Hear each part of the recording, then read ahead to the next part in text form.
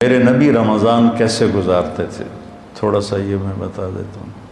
میرے نبی نے 9 رمضان دیکھے۔ جب آپ تشریف لے گئے تو ہجرت کے دوسرے سال جب جنگ بدر ہوا ہے، شعبان میں رمضان کے روزے فرض ہوئے۔ یا ایھا الذین آمنوا کتب علیکم الصیام کما کتب علی الذین من قبلکم لعلکم تتقون۔ دیکھو، جب آدمی کلمہ پڑھتا ہے تو خیر البریہ بنتا ہے۔ ان الذین کفروا من اہل الکتاب والمشرکین فی نار جہنم اولئک ہم شر البریہ، تو وہ انسان بھی نہیں رہتے۔ ان الذین آمنوا وعملوا الصالحات اولئک ہم خیر البریہ، کلمہ پڑھنے کے بعد آپ ایک اعلیٰ درجے کے انسان اللہ کی بارگاہ میں بنتے ہیں، کبیرہ گناہ کے باوجود باقیوں کی نسبت۔ جب آپ نماز پڑھتے ہیں تو ان الصلاۃ تنہی عن الفحشاء والمنکر، آپ انسانیت سے اوپر چڑھتے ہیں اور آپ گناہوں سے بچتے ہیں۔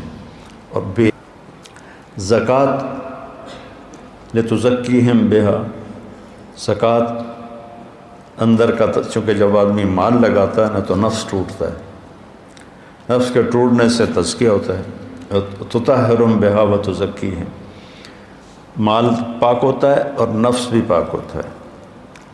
جب آدمی حج کرتا ہے تو فلا رفث ولا فسوق ولا جدال فی الحج، کہ جب حج کا احرام باندھ لیا ہے تو اب پوری زندگی کے لیے فحش کلامی نہیں کرنی، لڑائی نہیں کرنی، جھگڑا نہیں کرنا۔ لا نفی جنس آیا، حالانکہ صرف احرام کے لیے ہے یہ آیت، لیکن اللہ نے اس من یتق اللہ یجعل لہ مخرج ویرزقہ من حیث لا یحتسب، اللہ تعالیٰ اس کے لیے ہر تنگی سے راستہ نکالے گا اور رزق وہاں سے دے گا جہاں سے وہم و گمان بھی نہیں۔